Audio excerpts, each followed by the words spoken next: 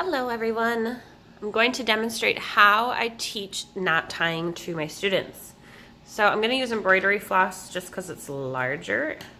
We do this knot tying for embroidery floss and for sewing with thread. So this one is a blunt tip large eye needle. I encourage my students to hold the thread or the string all the way to the end, put it up against the eye of the needle, and sometimes wiggling it does help, but you can see if the eye is large enough it should slide through fairly easy. Pull it through and you're going to double it up, so that means the two ends are going to be held together in one hand and the needles in the other hand, and you pull your hands apart until it's tight. Then what I teach my students is to point. So you're pointing the ends at the tip of the needle.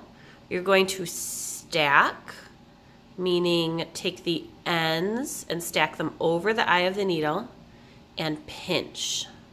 So we're going to do that again because that's the part that they always forget. So once you double it up, point, stack, pinch. And when you're pinching, it makes a big loop, like a big O. And so right now I am pinching both the ends of the string and the end of the needle in one hand, and with the other free hand I'm going to grab the closest part of my loop and I'm going to wrap it. If it's embroidery floss, you only need to wrap it a couple times. If it's thread and you want a big knot, you're going to have to wrap it quite a bit. So I'm just going to do 3 times, which should make a nice big knot. You're going to then slide that wrapping to the pinched finger.